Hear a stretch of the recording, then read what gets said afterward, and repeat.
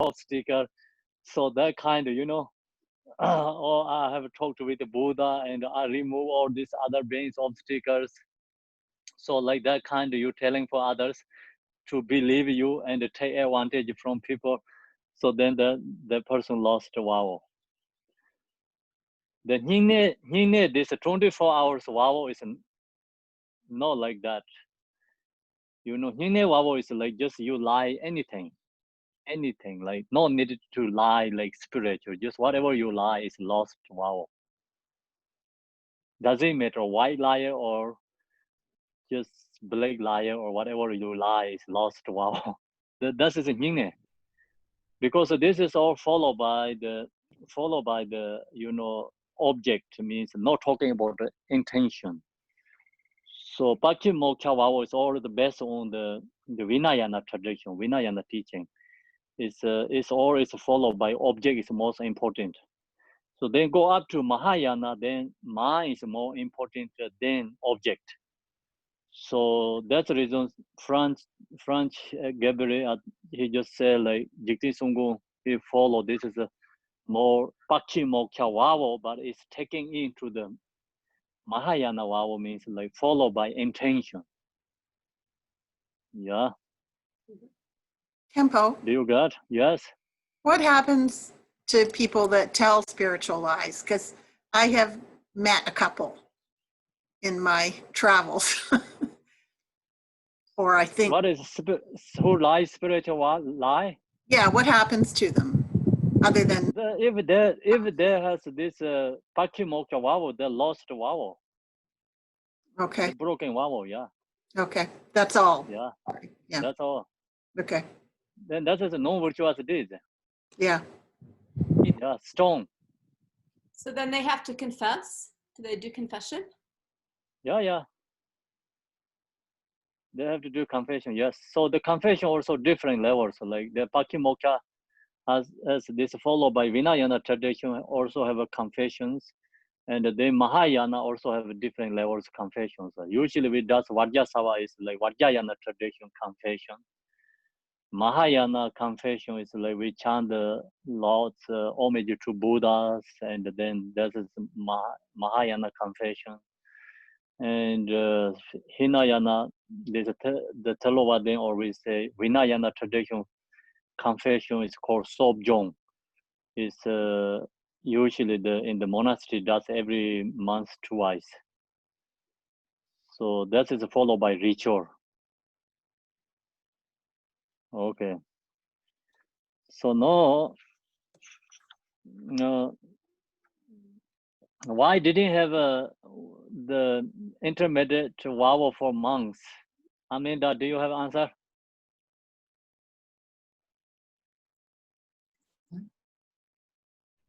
Why is there an intermediate? Is that what you're asking people? Yeah, why monks didn't have the intermediate vow? Oh, why?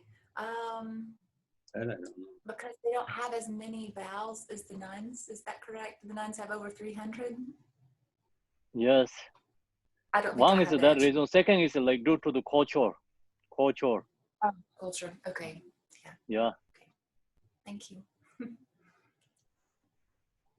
So you can have a choice, like you can test like 2 years another vow. Okay. Aquí haciendo preguntas y ya pelamos a los que no estaban a la hora que tenían que estar. Hello, Evira, please mute. Sorry, Kempo. I don't understand Spanish. I'm going to learn Spanish. I'm so thankful for that right now. Okay.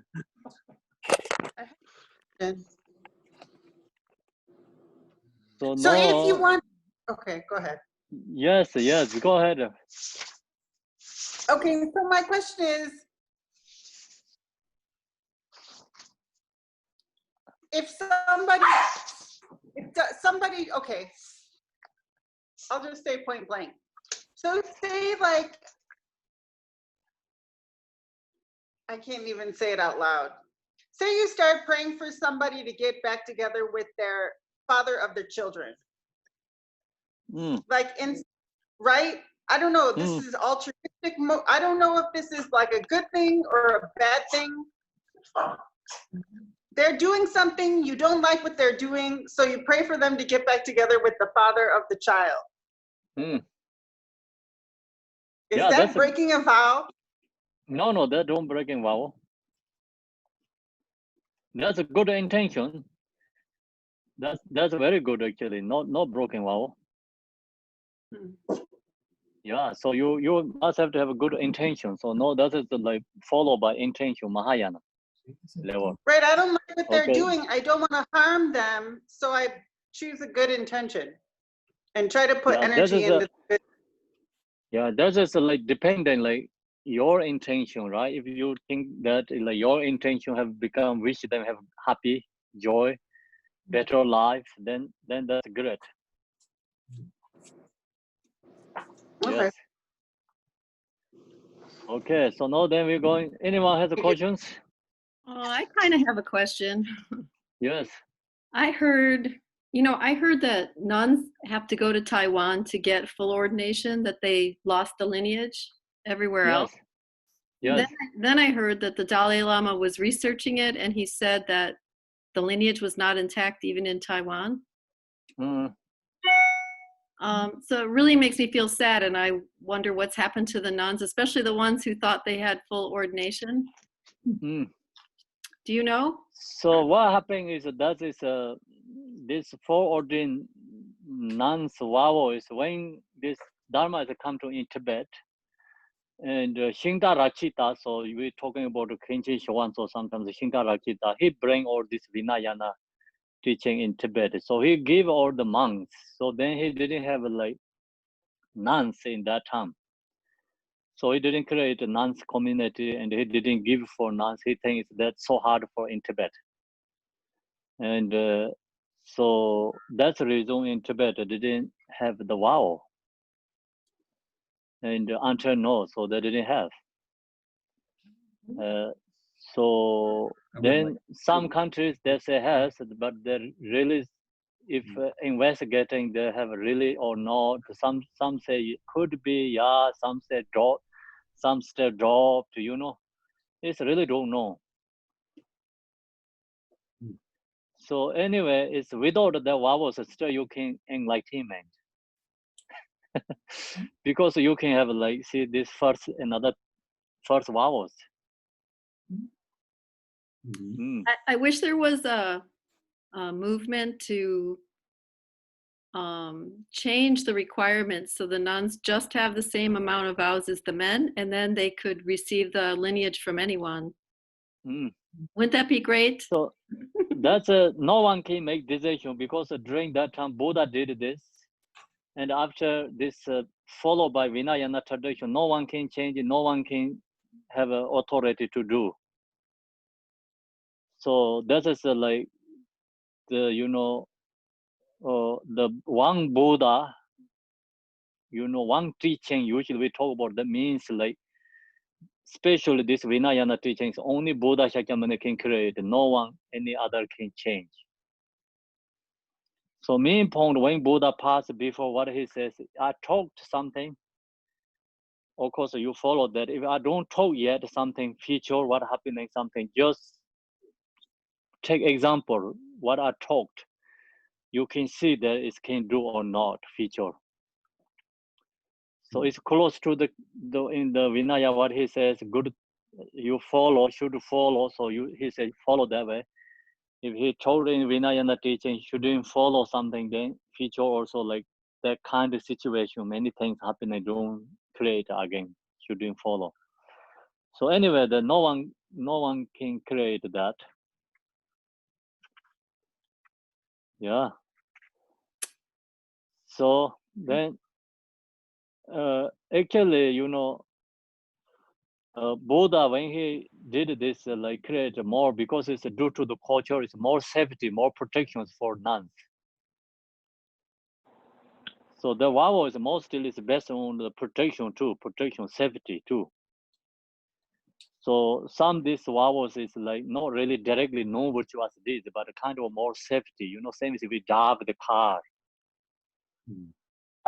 safety laws due to the safety and the protections. So in that time, in the India culture, nuns no safety. Like if they stay only themselves and under the tree or in the caves and go there do meditate themselves, Buddha said you cannot go to yourself without attending.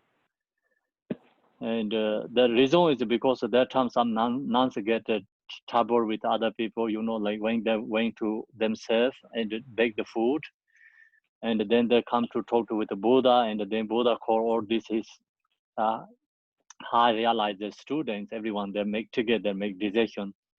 So nuns feature no one can go to only individual themselves to bake the food and stay themselves. So must have to stay with the community together. So like that, that's the reason nuns has more. But the principle is actually we just like five these vows of five. So that's the principal one, the five. We actually four there, four. And then the alcohol is like I talked to you last way is like without that other can easily lost. So that's why the alcohol is they put it there. But actually the more principle is four of that. It's the all these months, nuns, doesn't matter you are foreordained or Pakshar ordained or they just follow that. Then other is like hard, everything you really do to the cultures many times you cannot keep everything. It's things like this that make me accept the idea that being a woman isn't great. Some ways great, some ways difficulty. So that is always dependent, right? Temple. So then this Vinayana teaching is like is followed by during that time is like culture and based on the like traditions and the culture and the nuns like monks like we cannot say 100% equal, same because it's based on culture. And then so that's the difference. And then go up to more deeper level, go up to Mahayana, then it's equal. There always nothing difference, Mahayana level. Vajrayana level, then the female is also more important. The again like the means. So what happening is in Vajrayana, you cannot criticize for female. If you criticize females, like you lose your vows. You can criticize like men, is you not lose your vows. So, Called, so going actually Dharma practice is like going up levels. Then you become like you recognize inseparable. Same essence. Then of course all sentient beings the same. Then Vajrayana, especially the man is a representative method, female is a representative wisdom. So that's the reason we have a Yab and the Yom means like the Yadam deity has like male and female deities. Okay. Temple. No. Yes. Temple. Yes. I don't agree with you about the Vinaya because I think that even the establishment of the Vinaya during the Buddha's time is one by one. At the beginning, there's no precept at all, and then gradually found out some problem by the monks. So the sometimes householder will go to the Buddha and say that your monk come to our house to help to clean the body. They didn't wash their hand afterward, and that's not clean, and that's not hygiene. And then so Buddha established a new rule and say that after the monk go to the householder house, help to the lake, help to the funeral, wash the body, they have to, after that, they have to wash their hands. So I think that this is a lot of cause and conditions. So I don't think the Buddha is the absolute to the Vinaya, because it's according to the historical record is that the Buddha really was very flexible about that. And then before the Buddha passed away, the Buddha did say something to Ananda and say that if little small pieces you can give up, you don't have to follow. And then when they collect the sutra, collect all the teaching, and Ananda told Mahakassapa and say that elderly, venerable elder, the Buddha has said that a small piece that we don't have to follow. And then Mahakassapa asked Ananda, why? Which one is small, which one is big? And then Ananda just really timidly say that, I'm sorry, I didn't know what the Buddha mean, which one is big, which one is not important. So Mahakassapa just say, then everything the Buddha said we follow. Otherwise, we don't give up anything. And so Mahakassapa is very well known for his rigidity, and he's very, very conservative. So the Vinaya tradition become very conservative. So I really don't think that in the modern day and in the modern period, I really believe women, like you just said that women, according to the culture in the ancient time, a lot of Vinaya was protect the woman. But now, because the woman was not educated, but now women have job, women have income, women have education. I think that according to the sphere of Buddhism, change that. And we really shouldn't just say that, oh, this is not our tradition, or this is not, so it's not invalid. I'm so happy a lot of men went to Taiwan and get the full precept of the Vinaya. And I think the sphere of Vinaya is really more not about rigidity, it's about the spirit. Are you being truthful? And if you promise something, can you do it? And if you don't do it, then you lost the vow. And so I don't agree that if only the Buddha, because the Buddha set up, then that's everything is only the Buddha, because that's very Mahakassapa's sphere. But in Buddhism, we shouldn't follow that. We should follow more like what is the best for nowadays? What is best for the woman? If the woman want to become nun, they should have the full ordination. And Thich Nhat Hanh's tradition in the Vietnamese tradition, Thich Nhat Hanh actually have the Vinaya for nuns. So and they all accept their precept. And I don't see anything wrong with it. I think that Tibetan in that way, I really don't agree with the elder. I don't agree with that. Really put women down. I don't like that. Like okay, so thank you. Your opinions very good actually. You know, the Thich Nhat Hanh, I don't know, he has nuns vows, so then that's great. You know, like maybe this Tibetan and Vietnam, I know that Buddhists like Vietnam, many Vietnam nuns and monks go to study in Dharamsala, so India, and actually in Dharamsala, they're really, India, the Dalai Lama office and the area, they're really researching that information. So maybe they get from the Vietnam, you know, the correct one. So that's great. Okay, so now we're going to do the page 56, follow 56 today. 56, repeating broken vowels. So this is if we follow all these vowels you received, then some reason, you know, people can broken vowels, so you can repeating broken vowels. Repeating broken vowels, that happens if our ethical discipline become sullied by faults. The root takes answers. We live there, right? 56, page 56, yes or no? That's correct. Okay. Root text is come from Jigten Sumgon. What Jigten Sumgon says, if you impure your vowels, restore them, know how long the vowel remain with you and the time they are obtained.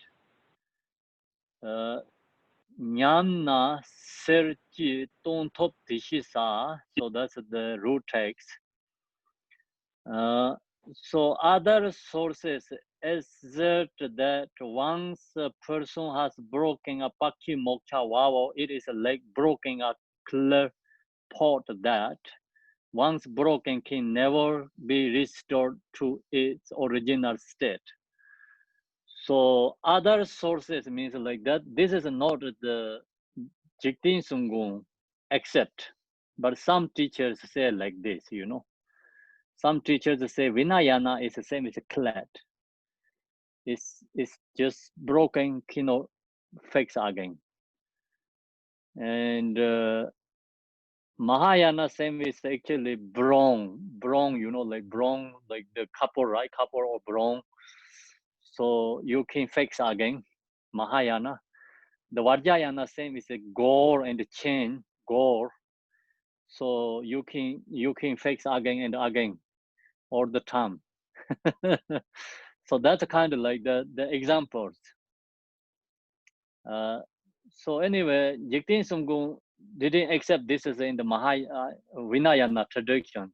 So some say like this, can never be restored to its original state. That is, unless a person first offers his or her monastic vows. So, so then also the monks and the nuns, you take the vows after you think, oh, so hard for me, I cannot hold these vows. Before you're broken your vows, you can offering vows. Say, go to the teacher and say, please take my vows.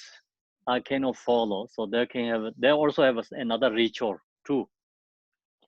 Use the ritual, you can do that. That is unless the person first break his or her monastic vows. In that case, it is still said in many places that one cannot retake monastic precepts.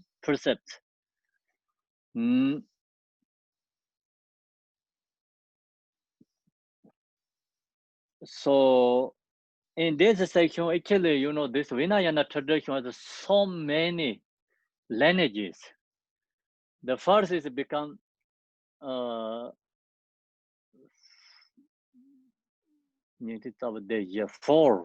lineages. Then that becomes 4 has 4 is already 16 lineages. So Vinayana tradition has 16 different lineages. This lineage is literally different. Many things are different. When they receive the vow and restoring vow and some ritual things also a little bit different. But they're happening after Buddha passed away, many years after happening. So they talk about, you know, three sermons, I think, like 3 big meetings after Buddha passed away. One is Buddha passed away the after year. One is like 100 years something happening. So the last section is like become this meeting like or gathering. That time already like this Vinayana is like 18, I think 18 different lineages. So they have a long story. It's one high realizer, and it's he has all the teachings. So that person make this kind of like say, okay, all this 18 is correct. So everyone is correct. So what happened like that is, I don't remember all the details, but the main point is Jarpotrita means like another person has dreaming. So what his dream is like one big cloth. 18 monkeys fight one big cloth. So there everyone get pieces of cloth. So then he said, okay, so this everyone, the cloth is the same as Buddha's teaching, but 18 monkeys get means like 18 different lineages. This all lineage is correct, but depending, the different follows. That's all is based on the Vinayana teaching. So, so then they talk about slightly this kind of difference. Some say it's after you told the vow, you're broken, you cannot receive 100%. They make decision 100%. Some say, okay, when you told the vow, you offer the vow back, and then after you wanted to take again, you can take again. So you can take again like 7 times. So that is another one. Okay. So then which one you cannot take the vowels? Because Pampan Chapje means like Tibetan Chapje means like you lose your vowel, never say, and hidden like 100%, and then that vowels you cannot restore again. So that there has many different ideas. It's harder to make decision. No one agree each other. So that's the reason here is that is unless a person first offer back his or his monastic vows. In that case, it is said, in many places that one cannot retake monastic precepts. Also, some say that it is better never to take the vows in the first place. Some say this, never you take vow if you cannot follow. If you take vow, you cannot follow, you broken vow, then that is really bad. You're going to lower realms, never take vow first if you cannot follow. So some say like that. Rather than to take them and later break them. However, in our tradition, making a mistake and impairing the 4 vows is looked upon as more like incurring a debt, so that repayment will render one in good standing again. The vows, if broken, can absolutely be purified if they are confessed properly. So no, rather than to take them and later break them. So this is the who has open mind, more flexible for follow the Vinayana. Jigten Sumgun said this way. Jigten Sumgun said, if you take vow, you lose vow. Someone never take vow before. Who is better? Jigten Sumgun said, who take the vow and lost, that person is better than someone never take the vow. So the reason is, who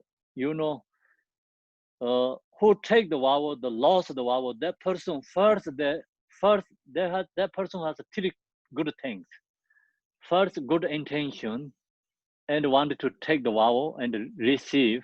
So that is a virtuous deed. Second, he followed the vow and follow the like maybe monthly, maybe years. So that's all virtuous deeds. And when the lost the vow, broken vow, then that person has regret. So that regret also virtuous deeds, purify many karmas, so many lifetimes karmas. So Jigten Sumgun, the main point, he put these 3 reasons. Who take the vow, even the lost the vow, but that person did 3 things good there. Who never take the vow, the person first didn't have good motivation, second didn't follow the virtuous deeds and vow, third that person didn't have regret. So that's the reason who take the vow is much better than never take the vows. Make sense or no? So that is actually more kind of like Mahayana way. It's more open mind, followed by reality, not just followed by rules. Sometimes we think about in the country, like the law and the rules is like followed by, oh, you cannot do these things. Then you cannot benefit many people. Like so many things you are put in the cage. Like some laws like that. If you can do something, like you can help some others, you can have more ability to do something, but the law, controlled, like you cannot do much. So that kind of like Vinayana is like that too. So that's the reason Mahayana is more followed by reality. Vinayana is followed by religious like law and rules. And Mahayana is like followed by more, if you do that things, it's great, you do. If you don't that job doing things like no good, harm for others, don't do. So you have to make decision on, that time, your situation, follow the situations. So that difference is, and here is like Jigtin Sumgun has, his follow the Vinayana is like kind of more bring into Mahayana precepts, Mahayana opinions, same like that way. And that's the reason someone never take vow, and who take the vow, the loose vow. So the loose vow, that person has more virtuous deeds than who didn't take the vows. So that's we can recognize directly, because who told the vow, the person has, first they has good motivation and take the vow, and the renunciation, they told the vow. Second, the person is follow, and then when the loss, that they has regret. That's all is virtuous deed. This all is virtuous deed. So then some says, if you cannot take, you cannot follow the law and the rules, like you shouldn't take the vow. So that's the difference. But this who lose the vow, that person, they never think I'm going to broken vow. If that has that kind of intention, then that is incorrect. So that person, like, first I wanted to receive this for ordained monks or nuns or partial ordained monks or nuns, whatever, lay people's vows, whatever the vows they really wanted to take and really wanted to follow, and good intention, good motivation, and good renunciation, all is virtuous. Secondly, they follow and all is virtuous. Third, when they lost, then they have regret, confessions, they all is virtuous deeds. So that is more followed by individual. However, in our tradition, making a mistake and impairing the four vows is looked upon as more like incurring a debt, so that repayment will render one in good standing again. So kind of like credit card, credit card has a debt, but also you bought so many things already that you have. But another way you debt, another way you are rich. So another way you lose vows, another way you have still your dharma practice there. The vows of broken can absolutely be purified if they are confessed properly. Of course, whatever you do, no virtuous deeds, always they can confess. The reason is like no virtuous deeds also we create. Once something we create, of course we can purify that too. So that's the reason always there has a confession properly if you does. Seru Tamba said, Seru Tamba is like Buddha's sutra teaching. It's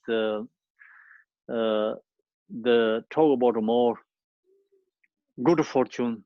Actually, good fortune sutra. Good fortune sutra. What Buddha say in there, even if you have committed unbearable negative karma for thousands of eons, many lifetimes, countless lifetimes, if you confess purely just once, it can all be purified. So you can purify, confess. Whatever you do, no virtuous deed. And so we think about in the this Genji Mahamudra. Genji Mahamudra, Telopa told to Naropa. So in there, you know the examples, like someone did no virtuous deeds and strong like no virtuous deeds, that someone has a strong karma. But when you realize your natural mind, You see your natural mind, you recognize your natural mind, you realize the natural mind, your all this non-virtuous karma is gone. So we give examples like dark house, darkness house, and someone light up, turn on the light. It doesn't matter many years, the house is dark, but one turn on the light, that you can see everything clearly. So same like that, you know, we many lifetimes, eons, we are follow the non-virtuous this, but one day you realize your natural mind, all the non-virtuous, this karma is purified. So that's Telopa toward Naropa. Although it is said in the lesser worker,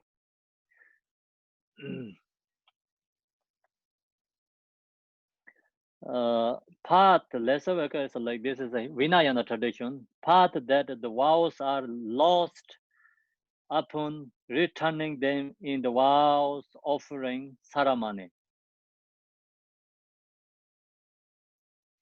So are lost upon returning. So how to lost or how to receive these vows them in the vow offering ceremony. Having wrong view or at the death. So then when it's the lost vow, so you do the offering, your vow is like, okay, my vow is going to offering. Do the ceremony, you lost your vow.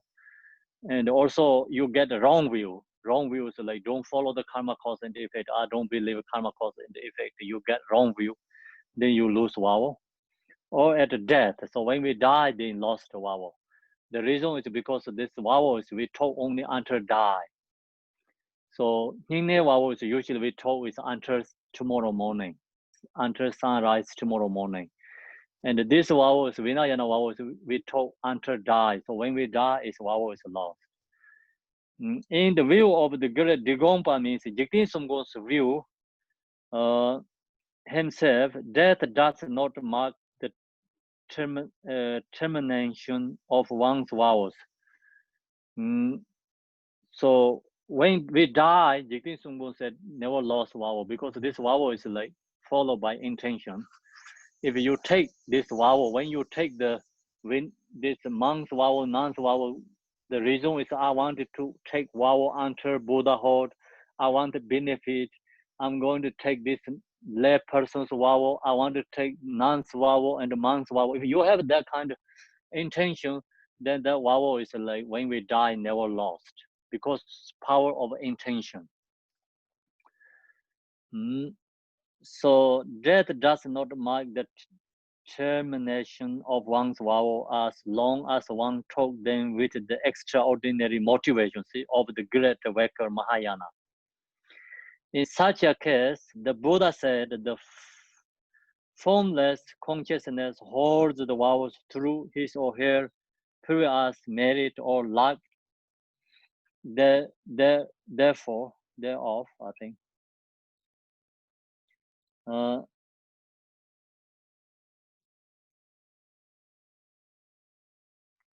So then also in such a case, the Buddha said the formless consciousness, our mind is formless, not physical form body, holds the vows through his or her previous merit or luck.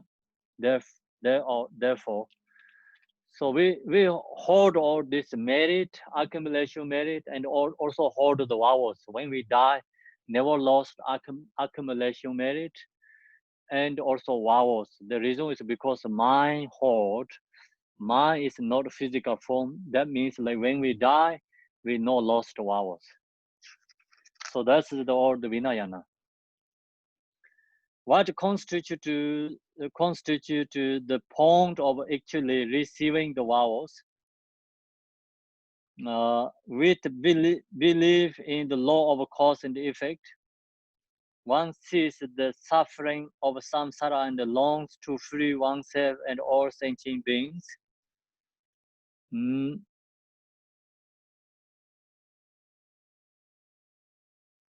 So, constitute the point of actually receiving the vows.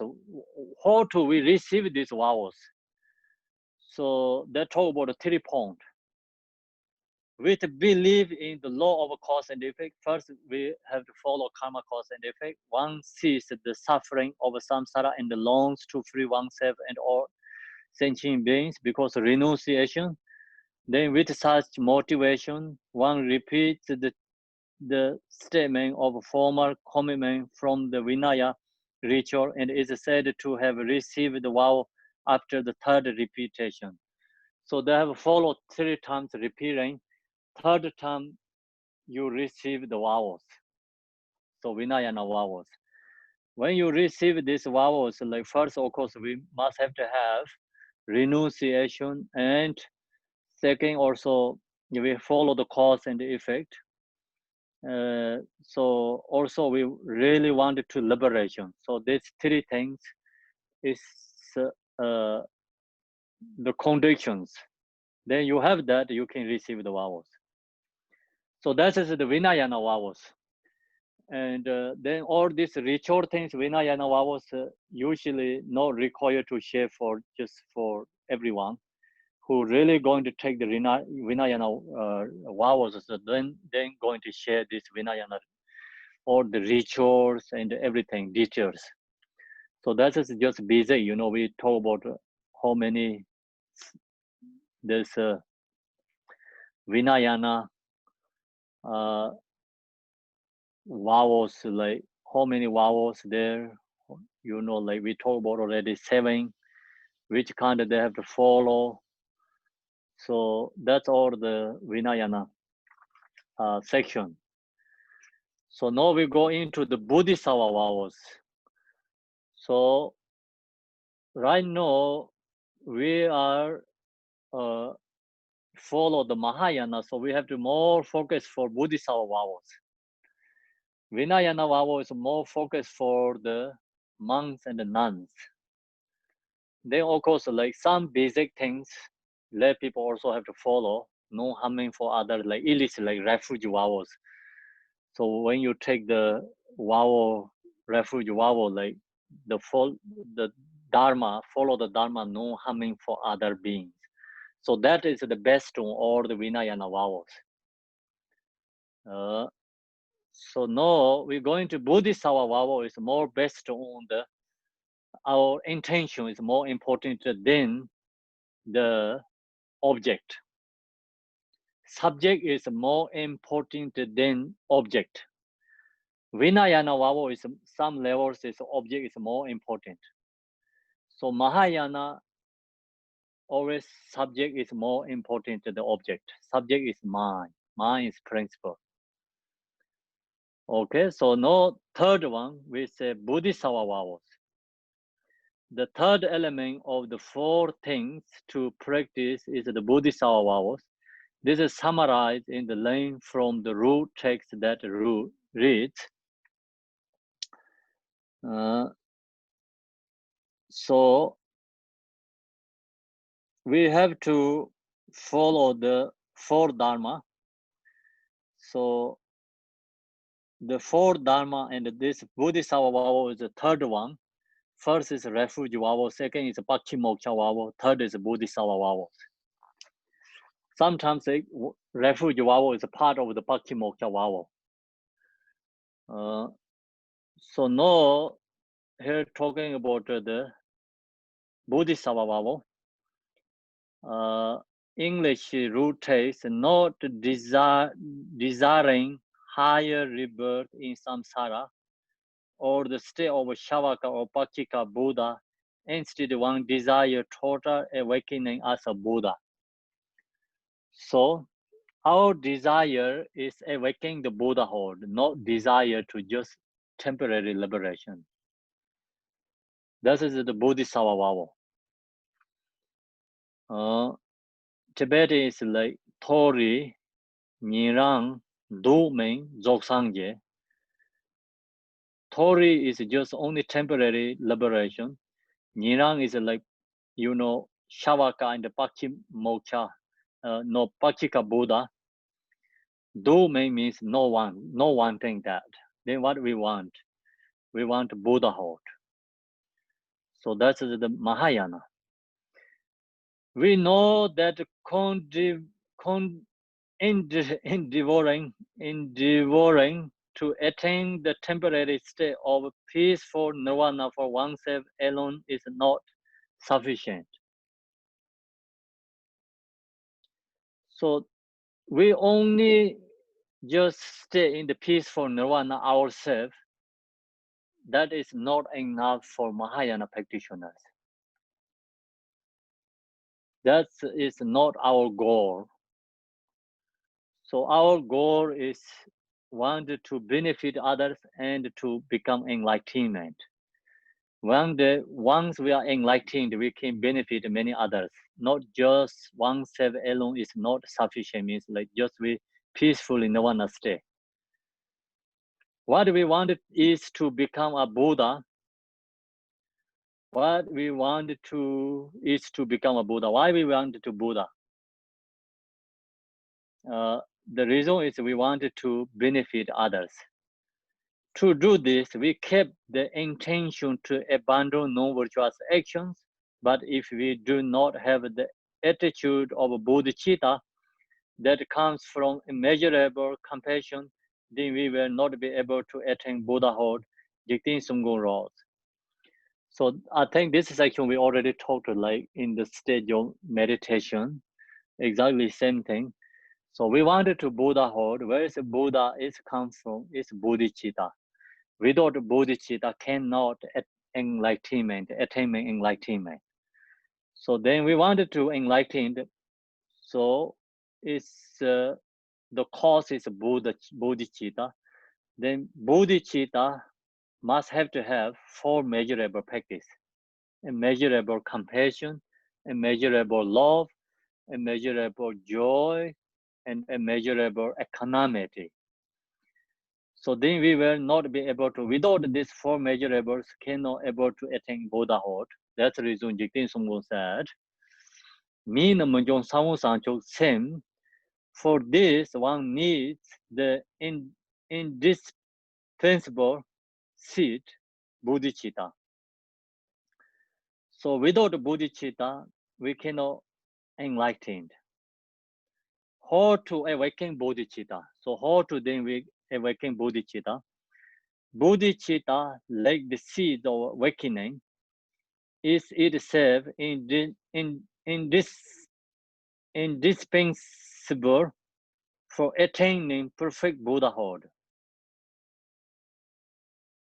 How do we awaken this bodhicitta mind? The root takes lead. So then how to, the bodhicitta is most important. How do we get this bodhicitta? How to awaken our mind, this bodhicitta? So now Jigten Sumgun said, root takes from cultivating a sense of all beings as being me. So daki semjin daten zingbale. So bodhicitta is come from is cultivating a sense of all beings as being me.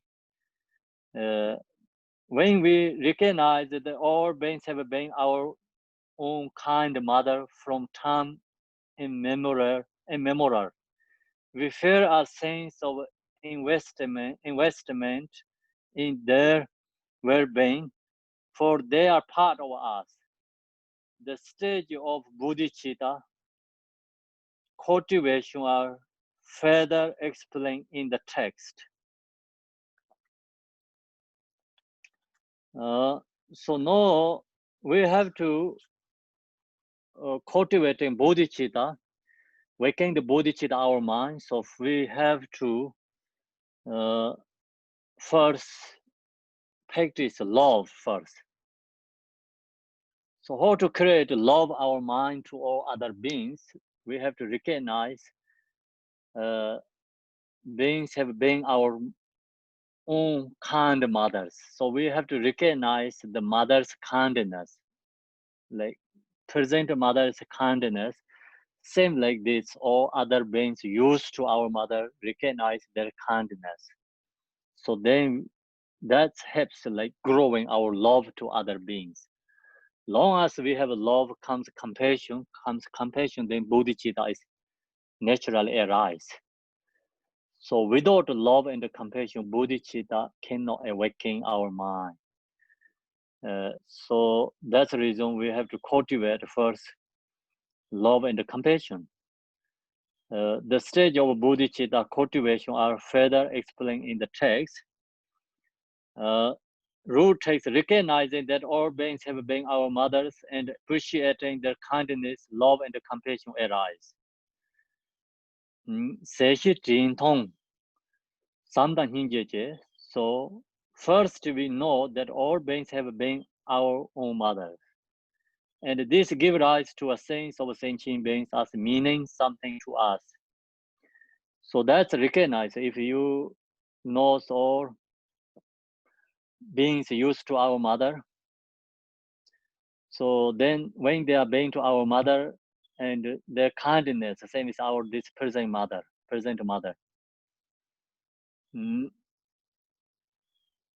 So then this all beings used to the kindness us, like benefit us, recognize that something to us being a part of ourselves.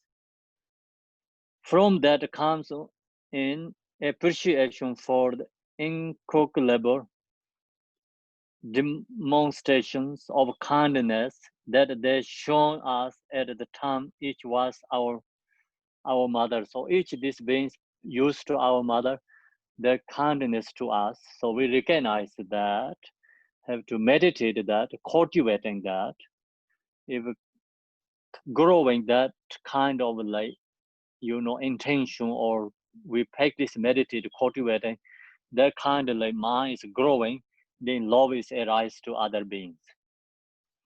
So this is like for regular, ordinary beings have to create love for others, not just arise naturally.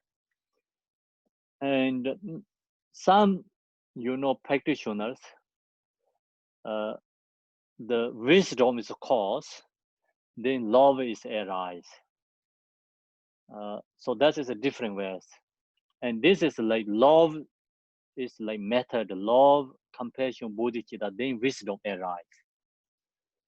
So all the different ways comes like bodhicitta arise.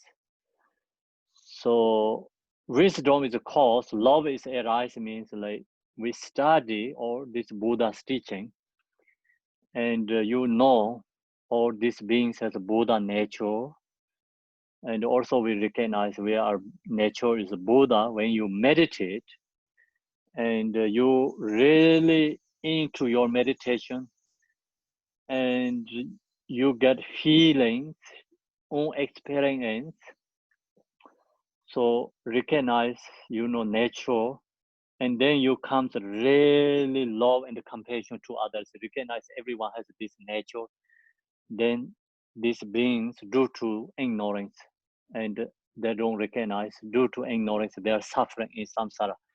So based on your wisdom arise compassion and love to others. So that's also great. And sometimes we get love to others like that way, when you more meditate shamatha vipassana mahamudra practice yadam, there is comes love compassion to others arise too. So this is like basic beginners, like people who don't know how to meditate shamatha and vipassana, people who don't know the mahamudra, people don't know the like emptiness, the Buddhist view. And then basic way is like we have to cultivate first love, then arise compassion. Love, compassion comes, your mind is open, and then you have more wisdom arise. So that is like love, compassion is a cause, bodhicitta, and then wisdom arise. Other hand, like wisdom comes, like then love, compassion, bodhicitta arise for others. So they also have different ways. We have to create both. Sometimes we have to follow this way. Sometimes we have to follow, meditate, practicing shamatha vipassana, and understanding Buddhist view, recognize interdependent, then comes compassion to others. So that's also great way arise love and compassion bodhicitta. or is correct. From that comes an appreciation for the incongruable demonstration of kindness that they show us at the time each was our mother. So recognize each being so kind to us, we recognize. From that arise a desire to repair their kindness. So then, okay, we wanted to repairing for that kindness. If you borrow money from someone, you wanted to pay back, then recognize their kindness. So when we have difficulty and someone borrow money us, and then we have to pay back, they recognize kindness. So same thing like that.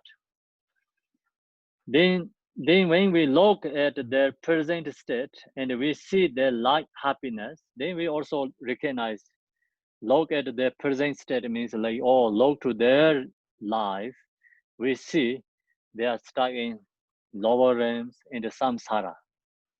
And we see their light happiness. They don't have happiness because especially our mothers who stuck in the lower realms, they don't have a temporary happiness.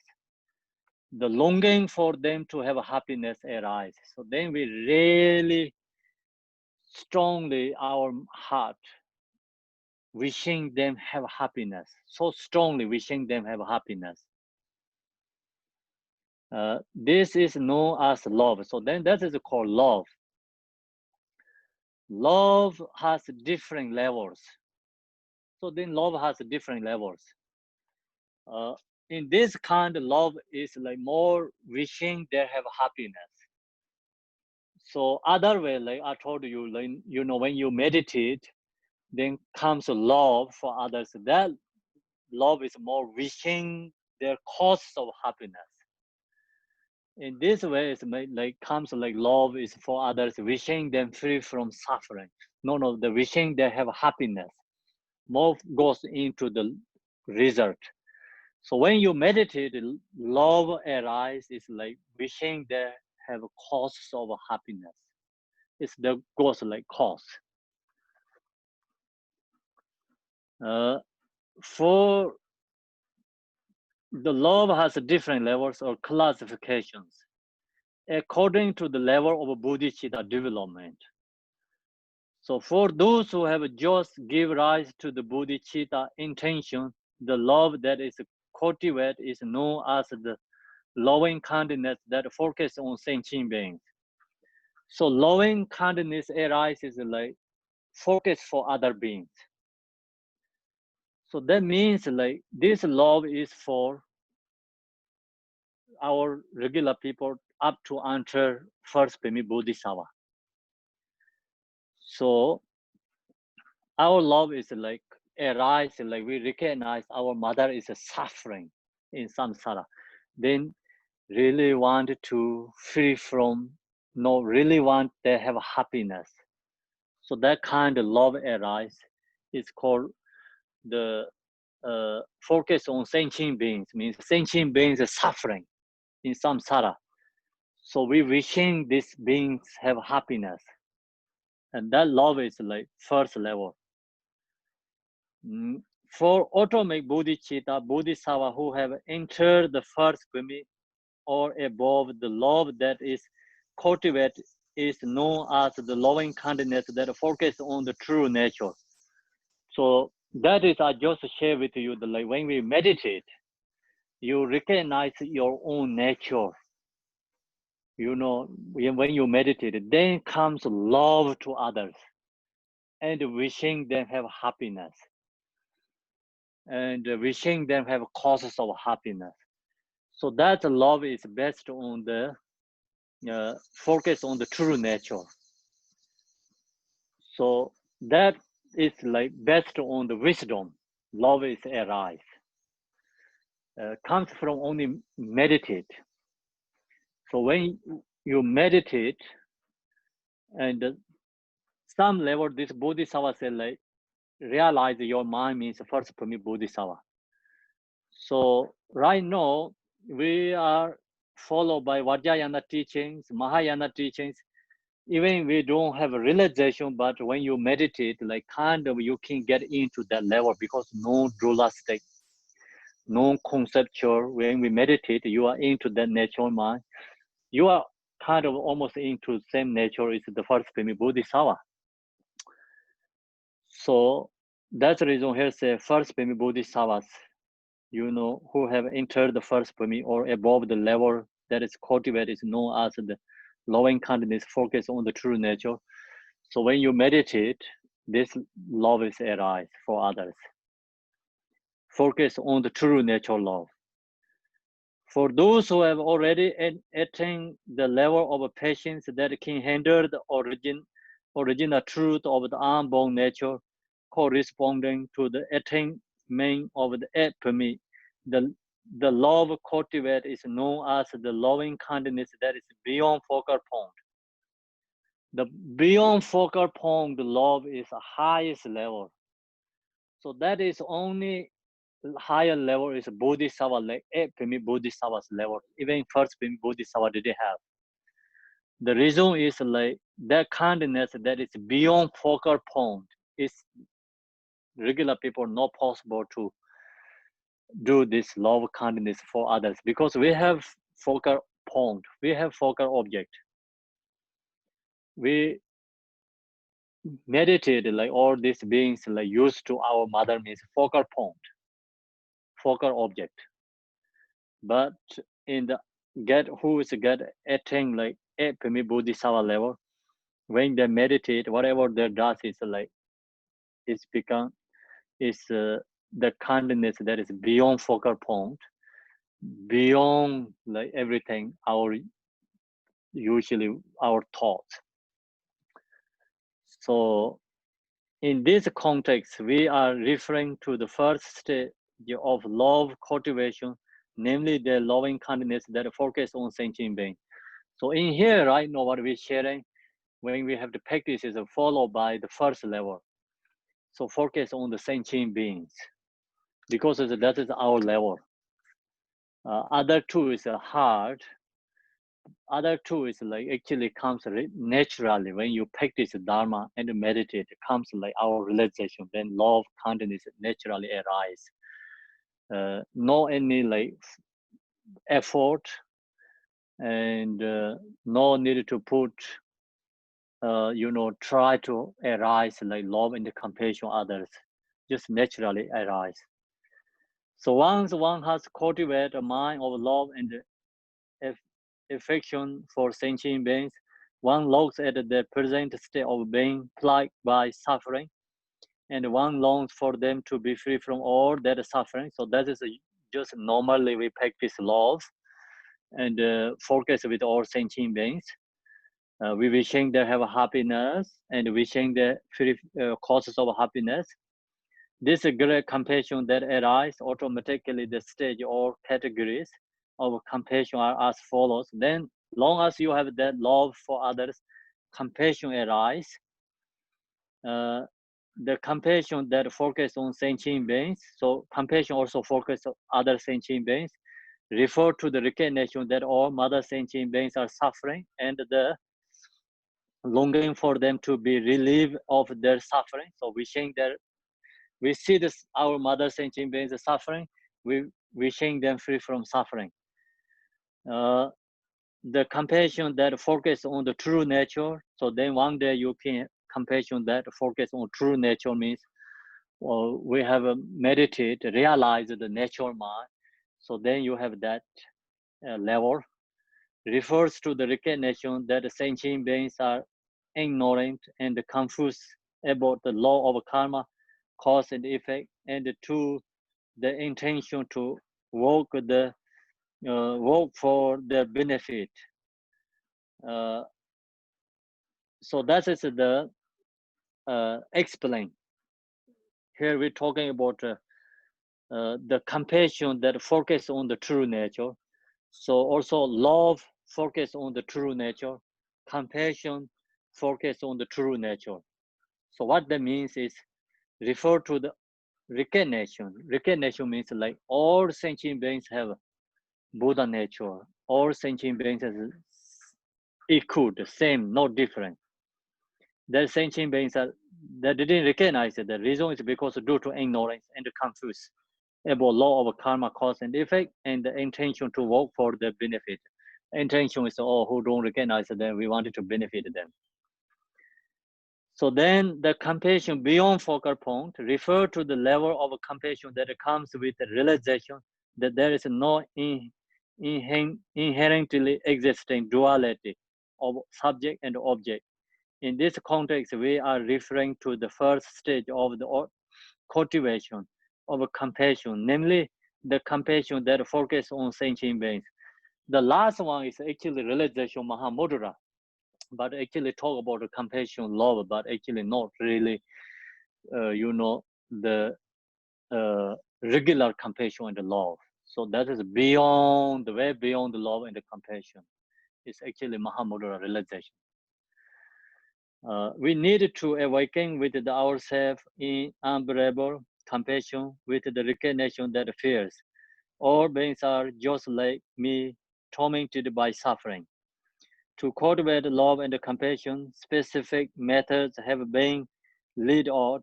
To line them, you can refer to my text on the stage of meditation. So if you wanted to line more information, this love of compassion, then already we have a stage of meditation. Stage of meditation book is accurate more before than this. So that's the reason it's referred to the stage of meditation. That's we already studied. So now we leave there today. So you have questions. So please ask questions about love, Buddhist compassion, or you can ask question Pakimoksha vows. Question? Yeah, Pakimoksha vow is a more complicated area. So Basic question. if you don't study like this whole Pakimoksha, this Vinayana teaching is a little bit complicated. Just you don't really have to know all the details of Pakimoksha area. Just main point is our case is like no harming for others. That hold everything key. Yes. I have a question about Yes. all beings, all sentient beings have been my mother. Is this a literal statement or is it a symbolic statement? Because if we talk about evolution, we know the universe is billions of years old. There is all sorts of beings, but I can't imagine that every little insect in the world has been my mother. And why am I human and they're still insects? And then and every fish on the planet has been my mother. So is this a symbolic thing that we're supposed to feel intertwined with all the universe and interconnected? It What can't. means symbolic? Symbolic means that we embrace it's the symbolic is a representative of something. It's a way of explaining something by using an image, but it really has a fuller meaning than the image. No, you mean not fully meaning, but it's just imaging, right? Yeah, so like the implements of the idioms, they mean something. A conch shell has meaning, has a symbolic meaning. So that is actually two things, both is correct. If who really know the cause and effect and Dharma, so then really all beings used to our mother. Not only one time, like so many times already, one mother being like many times. So that is a reality, truly. But most people cannot really think that. That is like really too much sometimes, like for beginner. And so anyway, like you just symbol, like you said, like we cultivate it that way, helps really growing our compassion, even just not really 100% like trust, like we recognize like all these beings used to mother, but just follow this teaching and think, oh, this used to us our mother, same as this present mother. So just you meditate and like recognize this being our mother, and then that helps like growing our love, compassion others. Long as love, compassion comes our mind, so that is the most important. Then just oh yeah, recognize all other beings mother or not. Yes. Okay, thank you. So we recognize our beings mother, then love, compassion arise for other better. 100% that's like you or beings mothers, like that kind of certainty come to our mind is hard until little bit high realizer. But we just use this method cultivating that helps growing our compassion and love and compassion.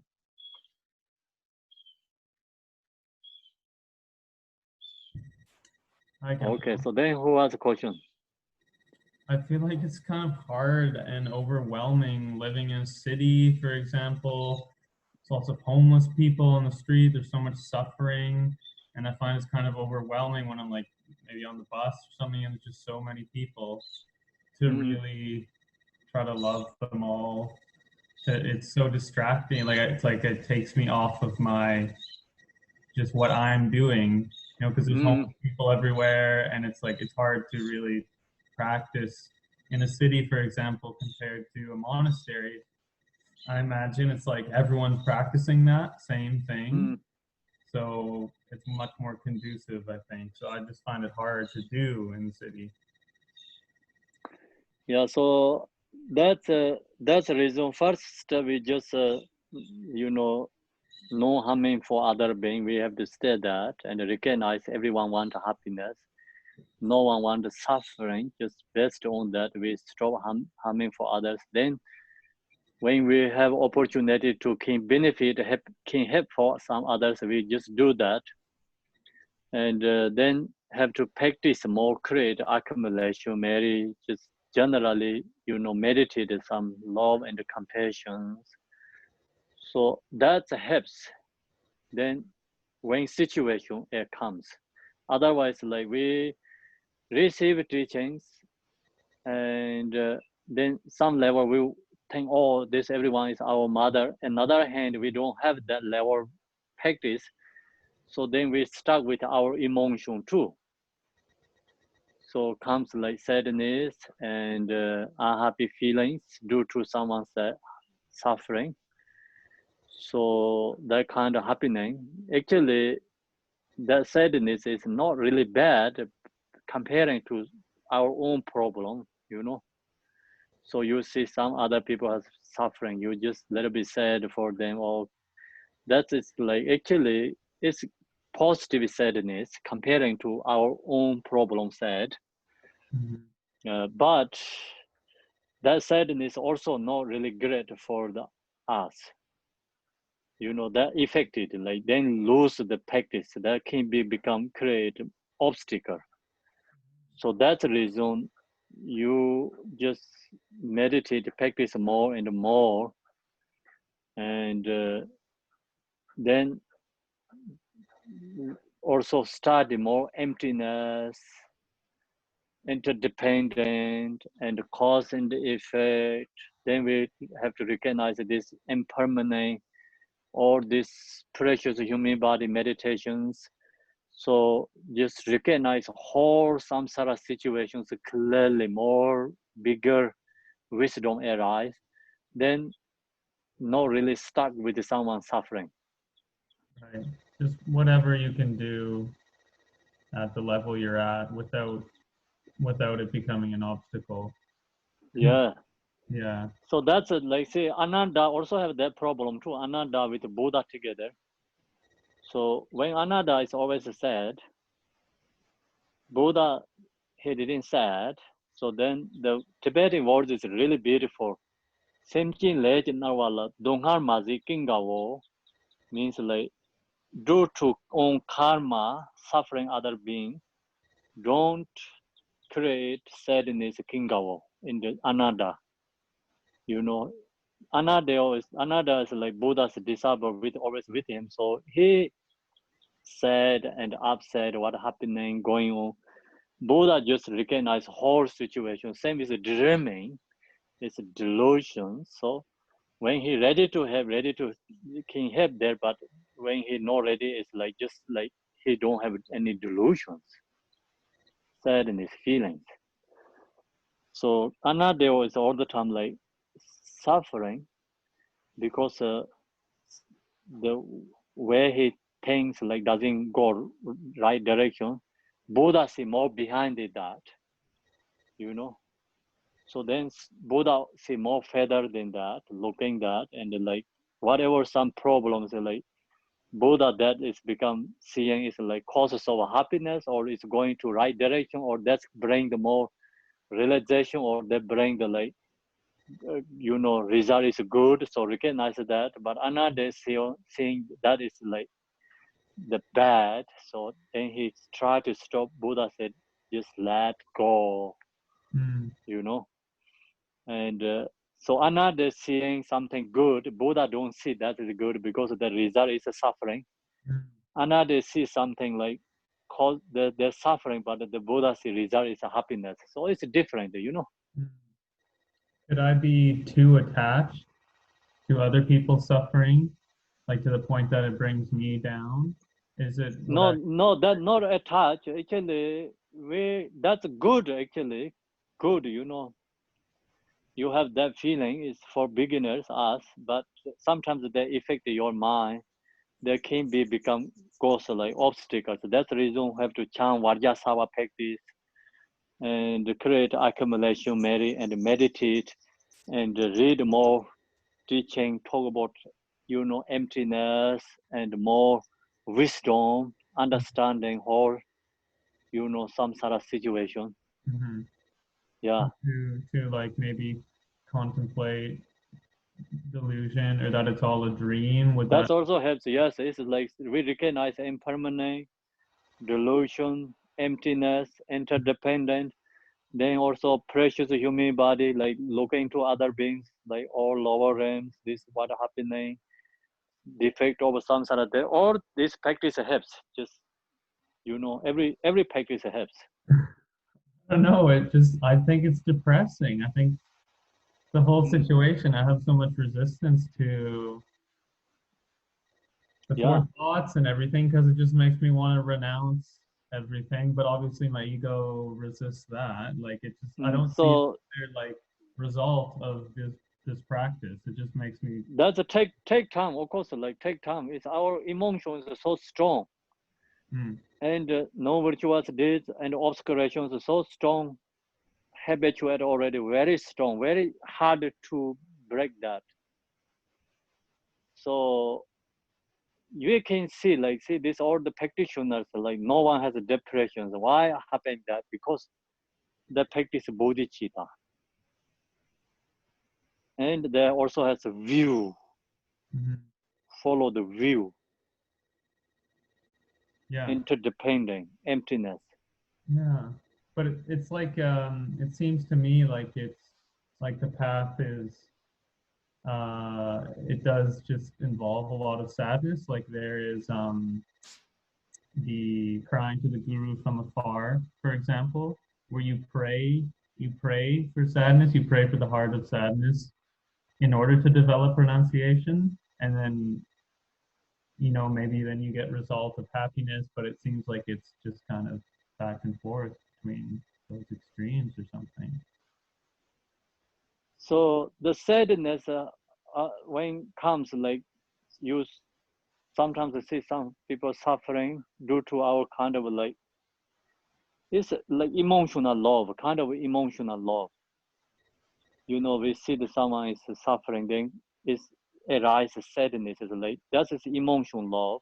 That's we have that, everyone has. So that is actually no any love is like compassion that is really good, you know, that is good.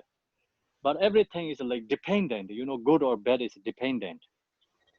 So then always that is good, but not always good. So you can go more beyond in that. You have to go more beyond that. Otherwise, we are stuck with other beings suffering together. Mm. So we have to more go beyond that. First, you have that. That is already good, actually. Someone know any love, compassion for others, comparing to them. So you feel sad if someone suffering.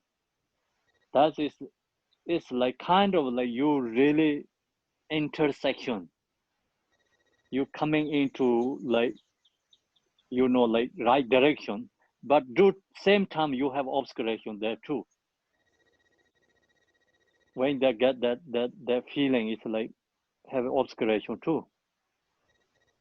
Mm-hmm. So then think, oh, my practice is incorrect. Oh, I don't want to do this. You know, that like I'm get sad. That is become obstacle. So that time, like you have to read more other teachings, practice Vajrasattva, and meditate shamatha vipassana. Not only focus with like love, kindness, and so create some accumulation merit, and then go back to this practice love and compassion. Everything have to go like, you know, practice like go back and forth many ways, bring together. Is Vajrasattva, is there an empowerment required? Do you have that practice in your deity? If without empowerment, still you can practice Vajrasattva. Is that in maybe is that in your deity yoga? Then also, correct? yeah, Vajrasattva is a deity yoga practice. It's without empowerment, you can chant Om Bendar Sato Hong. So visualize Vajrasattva, chant Om Bendar Sato Hong, short mandala. Or you can do Chinreza, you know, Om Mane Padme Hum, compassion mantra. That's also really great. So you see someone suffering, chant Om Mane Padme Hum, Om Mane Padme Hum, just 100 times, like close eye, you know, like sending love for them, and then you have something method. You feel, oh, I can help them. Then that bring you happy and joy too, positively.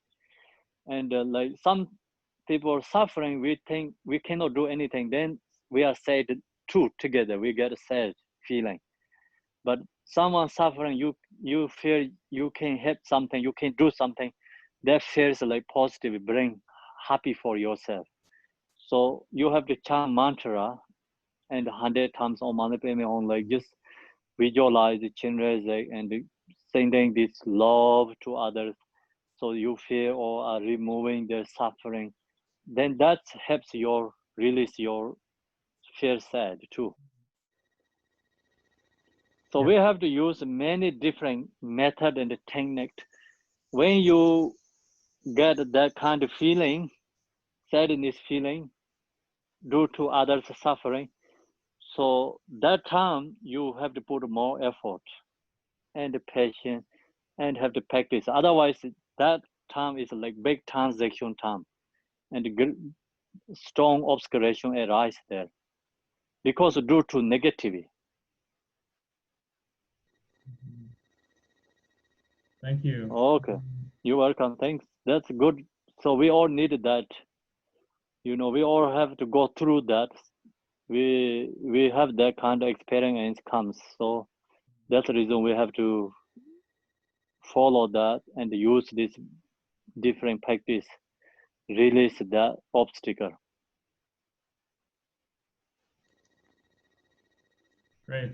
Thank you. You're welcome. I had another question, but I'll open it up to everyone else. You can ask. Well, it was from Garchen Rinpoche's summer teachings.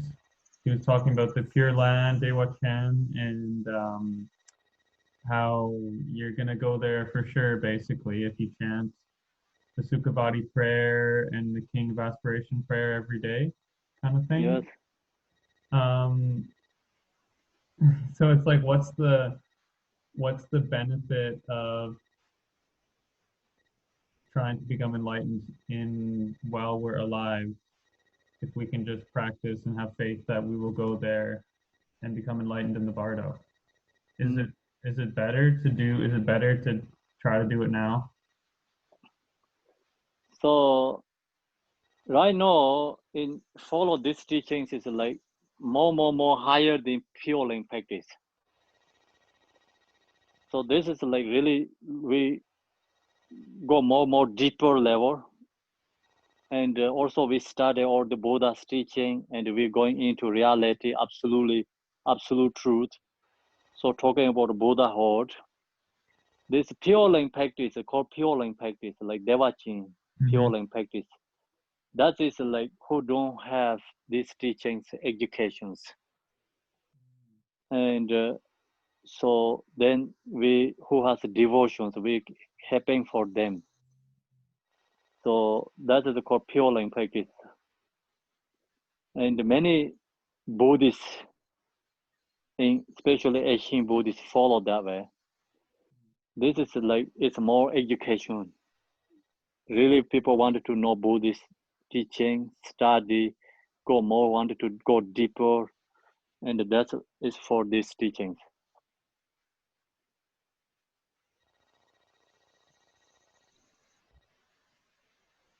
That's good. Good to know. I've got.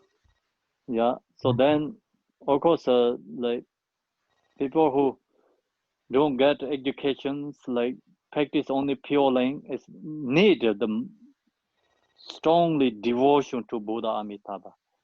No attachment in samsara. Give up attachment.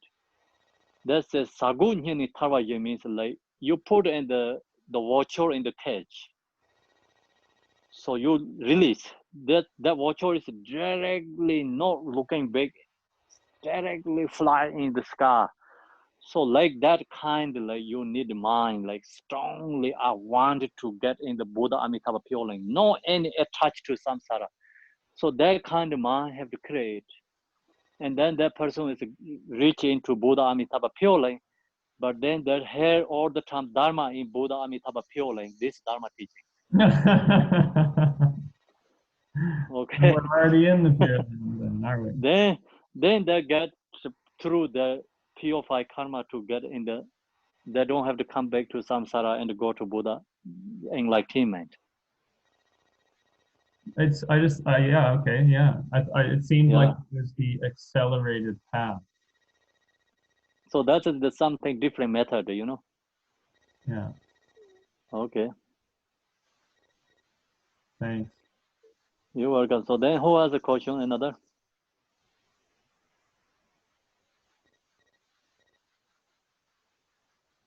This is a silly question. No silly question, Marilyn. Always a good question, okay?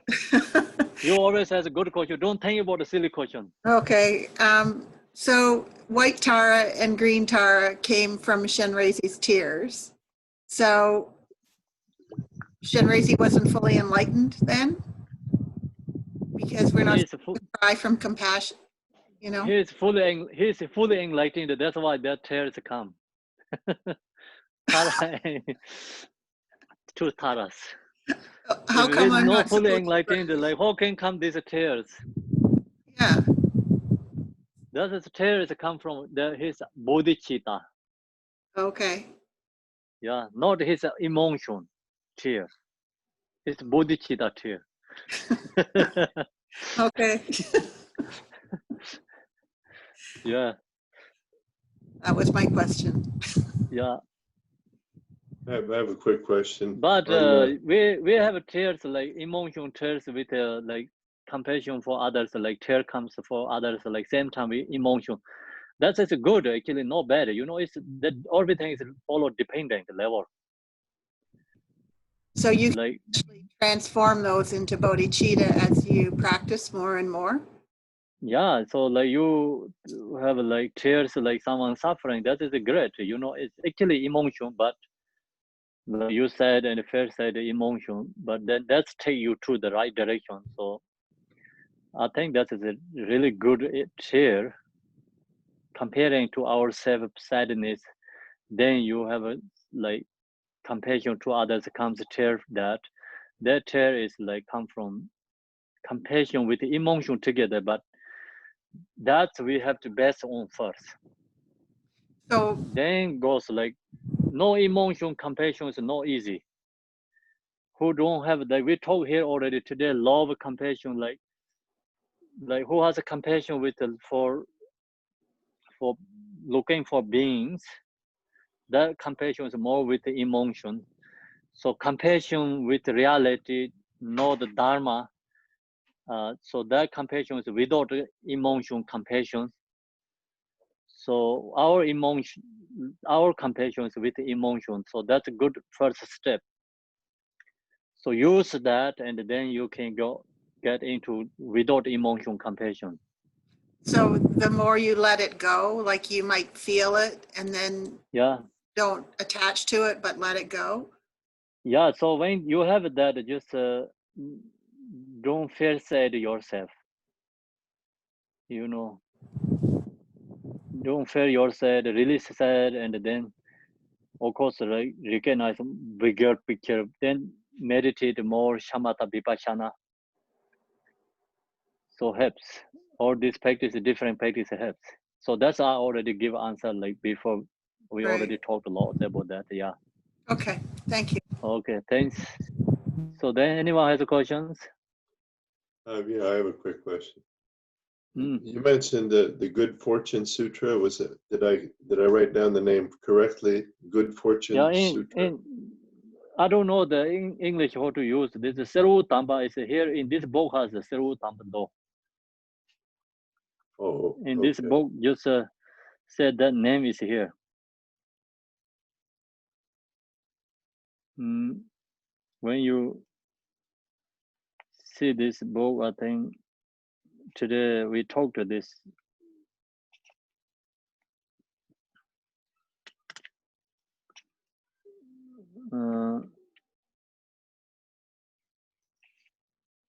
Confession is the Sewu Tamba said means like page 58. So there you can see there. That is a Tibetan name, but that we don't know the Sanskrit. Well, I think I can still find it. Okay. Then Yeah, I have the. that's a whole text is a talk about more good fortune and the Zambala. Oh, good. So my mother knows only this name and another like Zambala Puja. So then she always like said like Sewu Chan Don. Sewu Don means like chant the Sewu this sutra, chant this sutra. They always push. She didn't know any other teachings, dharmas. She only know this one. So she asked me do this. I did 100 times chant. I've memorized almost. They have like 300 pages. Oh. So My mother used to punish me by having me memorize the songs of Hiawatha by Longfellow. Yeah. Anyway, I had a meditation question also, if it's all right, or I can wait. Yes, you can ask. Okay. We make the statement relative. Let's see. Emptiness is form. Form is emptiness. Okay. So to me, that's an absolute term. But now today you mentioned mind is formless, and I'm saying, okay, how does that fit? Is that an absolute thing, or No, is that that is a a relative? relatively. Talking about a relatively, form is not physical.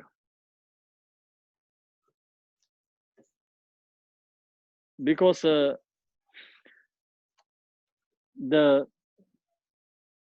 this why the reason is this is some different lineages in the Vinayana. They say some says, oh, when we die we lost vows, because it's vow is like it's due to the body, physical. So then Jigdin Songgon and some teachers say no, vow is like always holding in the mind. So mind is not physical. When we die, the mind is not lost. So that is the relatively not talking about the like same as a sutra. Sutra is like more beyond in that. Okay. And form in this case is physical form. Yes, sir. Okay, I understand. Thank you. Not talking about the emptiness form, just physical. Not the mind is not the far element, the main point. Right. Okay. Yeah. Thank you.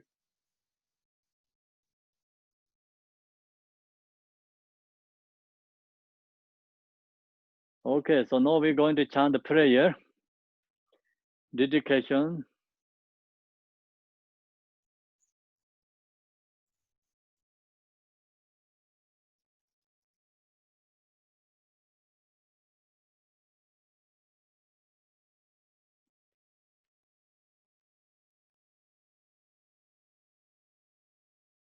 Marilyn, you going to share?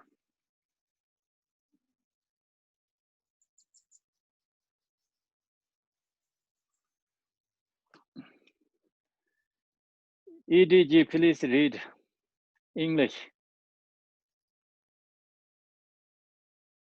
Unmute. Okay. Emaho. Oh, wait. In the center is the marvelous Buddha Amitabha of boundless light. On the right side is the Lord of great compassion, and on the left is Vajrapani, the Lord of powerful means. All are surrounded by limitless Buddhas and Bodhisattvas. Immeasurable peace and happiness is the blissful pure land of Dewa Chen. When I and all beings pass from samsara, may we be born there without taking samsaric rebirth. May I have the blessing of meeting Amitabha face to face. By the power of the blessings of the Buddhas and Bodhisattvas of the 10 directions, may we attain this aspiration without hindrance. Tayata Pensadriya Awa Bodhanaya Soha. Bodhicitta, the excellent and precious mind, where it is unborn, may it arise. Where it is born, may it not decline, but ever increase higher and higher. By this virtue, may I achieve omniscience, by defeating all enemies, confusion. May all who travel on the waves of birth, old age, sickness, and death cross the ocean of samsara. As Manjushri the warrior realized the ultimate state, and as did Samantabhadra, I will follow in their path and fully dedicate all the merit for all sentient beings. May the teachings of the great Drigumpa, Ratnashri, who is the omniscient Lord of the Dharma, master of interdependence, continue and increase through study, practice, contemplation, and meditation until the end of samsara. Mani beme hong, mani beme hong, oh mani beme hong, oh mani beme hong, oh mani beme hong, oh mani beme hong, oh mani beme hong, oh mani beme hong. Thank you, everyone. So, thank you. Temple. Yes, I cannot say that your name is like the phone call is what your name is on the phone call where you have questions and comments. I think she left, Kempo. No, she's still there. She's back in. She is here. There she. Yes, she's there. Anyway, thanks. Like when we teach Oh, there she Dharma is. share, you don't have to agree. You know, disagree is sometimes good. You know, this is all follow the Dharma study. So she said she My has name is disagreed. That's good. What's the Yes. name again? My name is Lyman. Flaming. L-A-I-M. Lyman. Flaming. Okay. Thank you, Flaming. Thank you. Yes. Thank you. Good night. Thank you, Thank you for your Good wonderful night, teaching. everyone. Thank you. Night, everyone. Thank you. Thank you. Good night, everyone. Bye. Tomorrow. See you tomorrow. See you tomorrow. Bye-bye. Bye.